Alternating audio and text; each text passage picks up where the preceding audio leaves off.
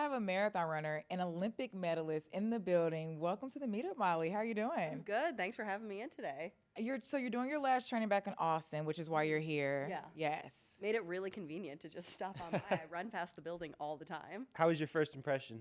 You like First this? impression of the building, it's really big. Is it what you expected? I think it's more than what I expected. Nice. I feel Gonna come back. well, that's the thing. Now I know where all the snacks are, so I'm just gonna stop in. Yeah, that's a little known secret. You gotta know where the snack bar is at. But yeah, I feel like people maybe don't know that like FloTrack has like a physical space, and so we're so glad to have you. Yeah, no, it's great to stop by. I feel like it worked out really well. I came back to do like my last 3 weeks or so of the build here in Austin, get a little heat and humidity. So it's been fun getting to be around town again. Well, you told me before the show that this was kind of like a parlay from ACL, that like you came down here. Yeah. Basically, I had been in Flagstaff training doing my block, and because originally I'd planned on racing Sydney earlier in the year, we'd gotten ACL tickets. I was all ready for that to be like my postseason. And then we kind of flipped the script a bit. And when I switched to New York, I was like, well, I still kind of got to do ACL. So I came out for a week, went back to Flagstaff, and was like, oh, I think I want to finish it up in Austin. Yeah. So yeah, got me back out. What was the best act? I missed the whole thing. Didn't see a single show. Actually, Disco Lines was a really fun show. Yeah. But I feel so foolish because like Sabrina Carpenter was an awesome show, and I'm not that big of a Sabrina Carpenter fan, but like I'm fully sold on it now. Same. I was in the crowd. I said, "There's fireworks." I'm like, I only know like 3 songs. I'm a Sabrina fan now. But yeah, I was at ACL, but I only went one day. Oh, you only did one? Okay, your legs probably thank you for that. Yeah. I don't know if I've ever been that tired after a weekend because I was doing like my normal marathon training in the morning, and then we'd be there all afternoon for the first weekend. I could only handle one weekend. Yeah. But I got like by the final day, I was like, oh my God, I can't believe people do 2 weekends of this. Is that a thing? I can't believe people do 3 days of it. Because I was like, after Saturday, like there was some dust in my lungs. I said, Bro, I've been like coughing for like weeks from it. That's like poor man's altitude. It's like, still in my sinus. Music festivals are a lot. I've never been to ACL, but I've been to Rolling Loud like 3 times, and it's crazy. It feels like a workout. You feel like you did a really crazy, hard, unnecessary leg day. Honestly, that was it. Like, because my dancing is chaos anyway, so I'm just jumping up and down. Exactly. And the next day, I'm like, oh my God, what did I do? Calves are Cross screaming. training. Yeah, but hopefully the hills of New York will it'll pay off there. Oh, 100%. Yeah. I love it. I did have one question that like we could get. I'm really curious about this New York build, but having trained for the Chicago Marathon here in Austin, I'm curious what as a marathon prepper, like Flagstaff versus Austin, like what are your It's takeaways? funny because they're like, I think a lot of people would automatically say, oh, you've got to be in Flagstaff, altitude. But I actually find that the humidity and heat here, it gives you such a different kind of fitness. Like we were out at Yellow Jacket Stadium on Tuesday, and it was really humid and pretty hot. And like I could feel like I was really glad that I've actually been training in that quite a bit because I felt actually quite good in it. But it's a different kind of beast. Like I was here over the summer training a little bit, and it's hard in the To humidity. put it mildly. Like it's no joke. So I think it's that. I think Flagstaff gives me a very specific kind of fitness, and here gives me a very specific kind of fitness, and it's just kind of balancing it. Best of both worlds. That's really cool.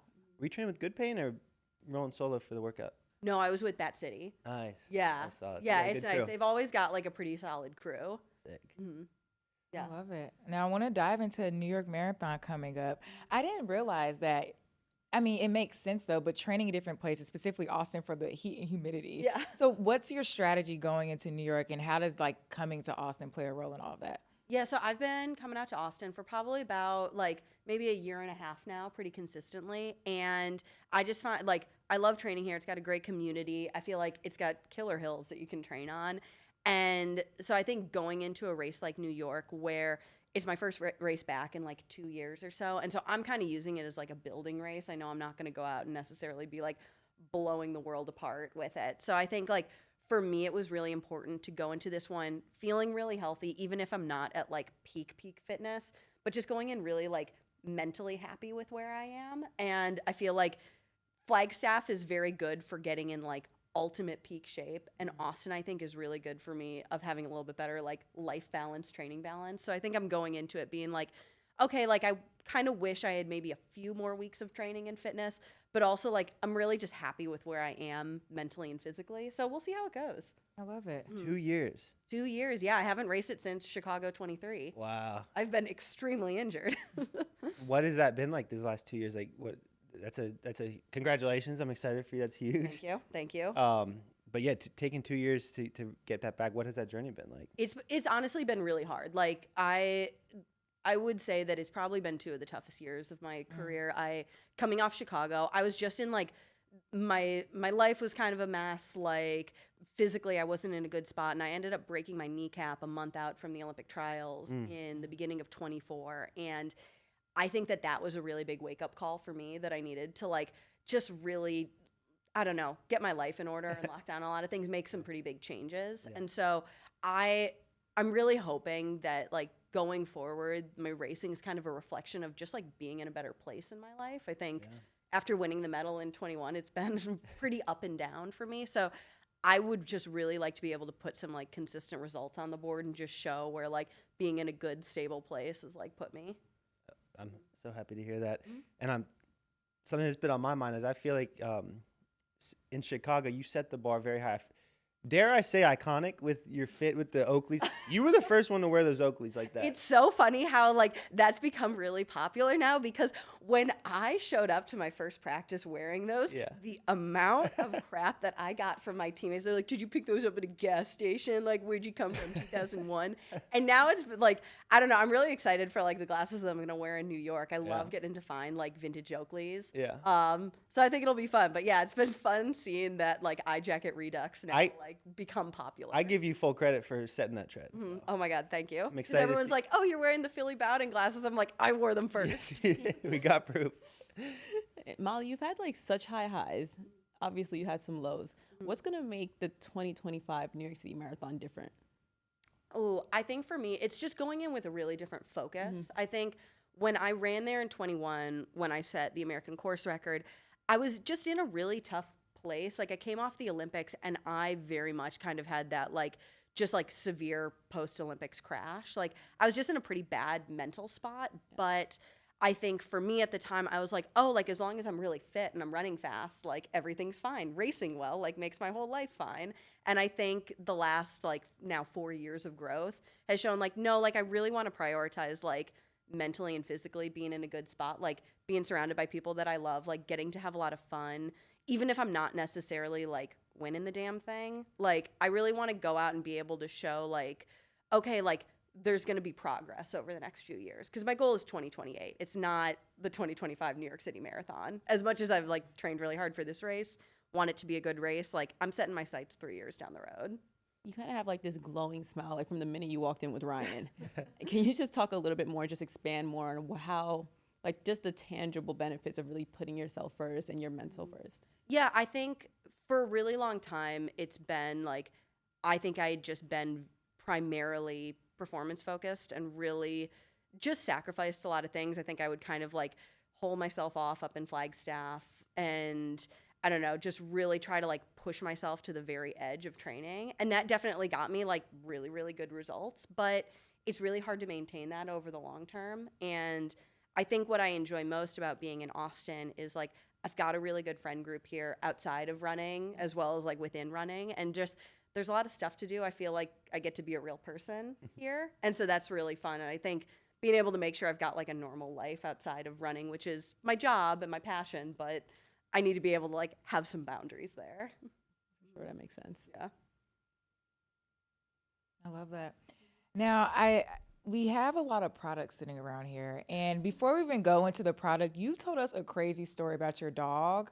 And I want you to tell everybody the story now. Yeah, so my girlfriend's dog loves to eat everything in sight. Like anytime I leave a bag on the ground, like he's going through it. And he's a mini Labradoodle, so he's no more than 20 pounds. He might be 24 now because he's been eating a lot of things.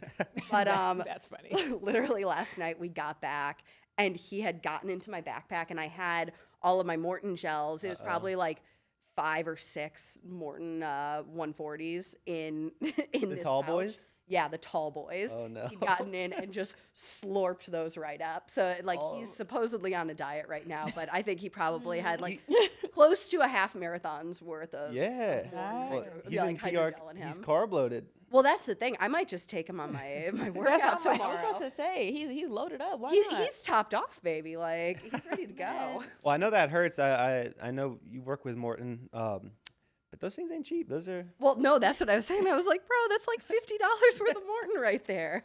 Okay, luckily they'll send me more. Also, they were seemed like I saw your photo shoot with Pierce in town. Seemed like you guys were Just letting a few spraying them go, all over me. spraying them. Yeah. Well, that was the thing too. Is like I just had like a box of it in the back of my car because it was like a pretty last minute shoot, and so we just used the product that I had on hand. But there is such a specific way because in those shoots they want us to be like pulling out the entire Maurten as one piece. And it's really hard. You have to have like a fresh one to get that. And so we kept like ripping them open. If anything was even mildly torn, we had to toss it. So I think we probably went through like, I want to say 20 to 25. Oh my gosh. Well, did the pics come out? I think the pics should be coming out soon. I got some unusable ones that we can't put on there. But yeah, it was pretty fun. But I left the shoot just like covered in Maurten gel because you're having to like put it on at that point. Committed to the bit. That's my new like facial routine. Yeah. Well, Let me. I mean, your skin was good, so let me know. No, but I was like straight up like, you know, when like the TikTok girls are like, I want to look like a glazed donut. Like I was like glazed up like a Hadid sister. Like it was shimmery. yeah. I'm impressed. You should have got on TikTok with that. Make an account. I know that'll be my hard launch onto TikTok. Your hard launch. I love it. Now, going to this marathon, like, what does your intake look like, and have you been training with it? Yeah, so I think that's the biggest thing that's changed for me over my marathon career is like my first marathon, I didn't train with any sort of gels. I kind of went in being like, oh, running's enough. And I think that the benefit of having gotten to work with Maurten over the last now 5 years is just learning how important it is to be not only using pretty high carb fueling in the race, but also in practice. So pretty much all of my sessions, I'm using some sort of fueling. Even like on Tuesday when we're doing track work, I'm taking gels in between reps just to teach my stomach how to handle it, because that's such a big part of like on race day, you don't want to go from like taking 0 grams an hour to all of a sudden taking like 60 to 70. Well, back in college, at least at my program, like fueling during workouts was Unheard of.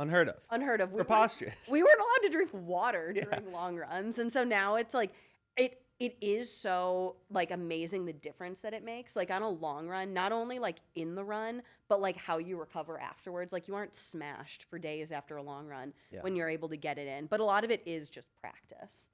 I think what's really delightful about the Maurten specifically, because like if you just like, I know like nerd gummy clusters are hot right now, and those are great. I don't know how people are chewing those, though. Oh, it's easy. See, if Like, you start vibing during them, you're not vibing. That's the problem. Maybe that's it. that's the missing component because they're delicious. But I guess it's that when I'm running at pace, I couldn't imagine anything worse. This is also like my biggest like personal red flag for myself is that I actually really don't love like gummy candies. I know. I know. You're going to be During like, Halloween, come on. No, but that's the thing. It's always been like that. I only like Swedish Fish as a gummy candy. I can't like Sour Patch Kids are foul. Oh. Yeah, and so like I really don't love a Nerds gummy cluster. I'm sorry if I Molly. have to get kicked out right now. I might have to talk to somebody. We have some Swedish Fish back there, though. We could figure something out. Okay, I could do with that, or like a Scandinavian swimmer from Trader Joe's. So good. But no, I'm like all chocolate otherwise. That makes sense. Okay, well, when you're done being an elite marathoner and you go party pace, you can start having Swedish Fish, chocolate. See, I'll bring you guys in as my training advisors, then you can teach me how to be taking the Nerds gummy clusters. Yeah, that is so funny. Yeah. So I had two questions. I think it's amazing, like the way the Maurten's like structured, that like the way it absorbs. I think it's really pushed marathoning to a new level. It's something about that hydrogel. It's like the sodium alginate in it that it's like it sits in your stomach pretty well. And I feel like that's the biggest thing when you're just taking a lot of gels. I mean, I'm taking close to, if I'm using the drink mix or like the gels, it's close to like 9 gels during a marathon. So you got to have something that you can like keep down. And that's the biggest thing, because you feel it like when you hit mile 22, 23, you got to have carbs in your system. 100%. Otherwise, like those last few miles in New York are really painful if you don't. Okay, here's like my burning question. I got put on to bicarb this summer in Tokyo. They were kind enough to provide me some for the Media 800, and Yeah, very prestigious, kind of the premier event of the world champs. You should ask what time he took Yeah, I was before about the to say, race. ask him if he took it correctly. I and would the love to instructions. hear your bicarb regimen here. Yeah. So Nia and I were Ubering. Yep, I was with you. We had to do a pickup from a hotel. Mind you, I was there on time. Yeah. I texted our friends at Maurten the night of, and so they were like, well, we can get you in the morning. So we take it on the Uber to the stadium. We're running a little bit late. We did a morning show. Yeah. So they didn't have the bowl. And for those who don't know, like you got to mix the bicarb up in the bowl. It was just the sachets of Did you just raw dog it in a sachet? So basically what I did is I had a water bottle. I poured the gel. I mixed the hydrogel up in a water bottle. Yeah. That thing And was then- solid. And then got the pellets in there. And it was out of a water bottle. And Nia, I said, Nia, avert your eyes. Like, it's not Wait, going you to be just pretty. shot it? Like, Yeah, so I had like in a plastic water bottle. And I watched the whole thing. 30 minutes before the race. No, 30 minutes no. before. I was rolling the dice. And you know, they say try something new on race day, right? That's They the do old say saying. that. I That's what actually they have lead with. heard that. Yeah. A lot, yeah. So I took that to heart. I'm like, yeah, 30 minutes before the race, I'm going to give it a go. I loved it. It changed everything. I don't think I wouldn't advise it, but I hate to tell you this, but I think you took it so close to the race that it Stop. might not have actually done anything. Like, I'm taking mine 2 hours out. Okay. No, you're correct. I don't think it. I'm not. I think I it didn't read was- the instructions. Yeah. Yeah. I will Maybe all of like the wrong ways that he did it like added up. add it up. Right. I will say I was not sore at all the next day. That was an interesting Wow. Okay. side effect. And I think that's because at least people at Maurten hypothesize that it's like buffering that lactic acid so you're not damaging your muscles. Anyways, enough about me though.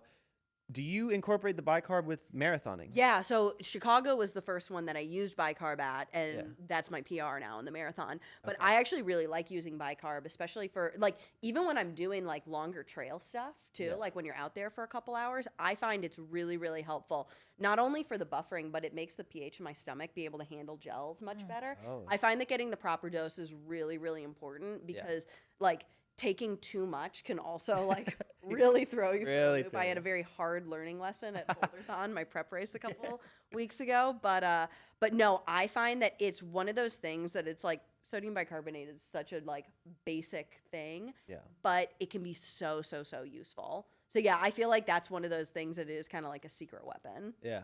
So you would take it like before a marathon. Yeah, so my usual protocol with it is 2 hours before a race, generally when like our elite buses are going to the start. Yeah. I'm mixing it up in my little bowl. And so I have that 2 hours out, and usually that gives me enough time for it to like Yeah. get into my system. But like the main thing, you cannot chew.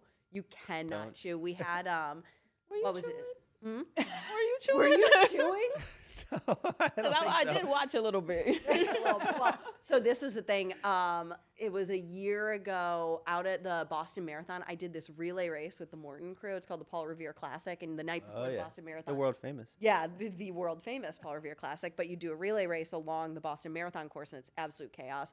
But we're driving to the start, and these are like Maurten employees. And they're taking bicarb before. no. And from the back seat of this van, I start hearing like munch, munch, munch. And You're I'm like, like- what are you guys doing? Like, you can't be chewing that. That's a roll of the dice. No, it's a learning curve for everybody. It's exciting to me. I'm not going to name names, but some of the sprinters amongst us said they used to just spoon baking soda. And Oh, I think a lot of sprinters still do. Yeah. I've heard Gabby Thomas does that. wow. Like she'll just drink it out of a water bottle That's- because she is that's far respect. tougher than the rest of us. If you've ever, I'll sometimes do that of like the night before a hard workout. I'll put a teaspoon of baking soda in water, mix it up, and just shoot it. Wow. And it is not for the faint of heart. I don't know how they're doing that before they run. It's horrible. Yeah, it's so bad. It It's like tastes soap. It tastes horrible. I do want to know though, like, because you've had a long career so far. It's been going well. I want to know what the difference was between Molly the athlete, Molly the marathoner, when you left Notre Dame versus what you think she is now. Ooh, it's so funny because I feel like I've had so many almost like different phases of my career. And it's been really cool. Even just like, I feel like when you're in it, you can't see the growth. And then looking back, you're like, whoa, I'm like a totally different person. And I was such a little psychopath when I came out of college. Like, I think like when I came out of college, I was coming out as like a 4-time NCAA champion. And like, I think I really thought I was going to be this like top level track athlete. And I think it was kind of like the ego hit that I needed to be able to be like, oh, you're actually not good at the 10K. Like, and I went through a lot of struggles in the beginning part of my career.